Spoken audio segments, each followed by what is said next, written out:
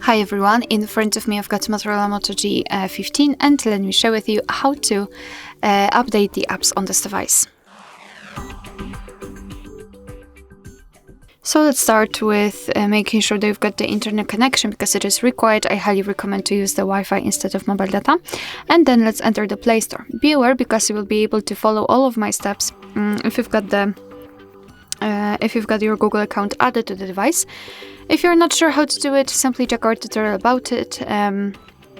If you've got one, you will have to enter the password to verify your purchases. So let me quickly enter the password and in a second I will come back.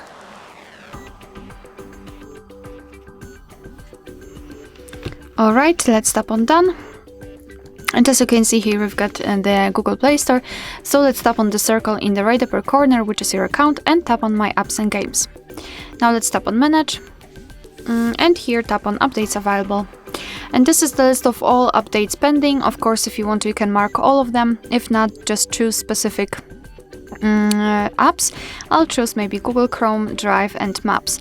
Then let's simply tap on this update icon in the right upper corner, and as you can see, your device will right now download the updates, and after that they will be successfully installed and automatically updated.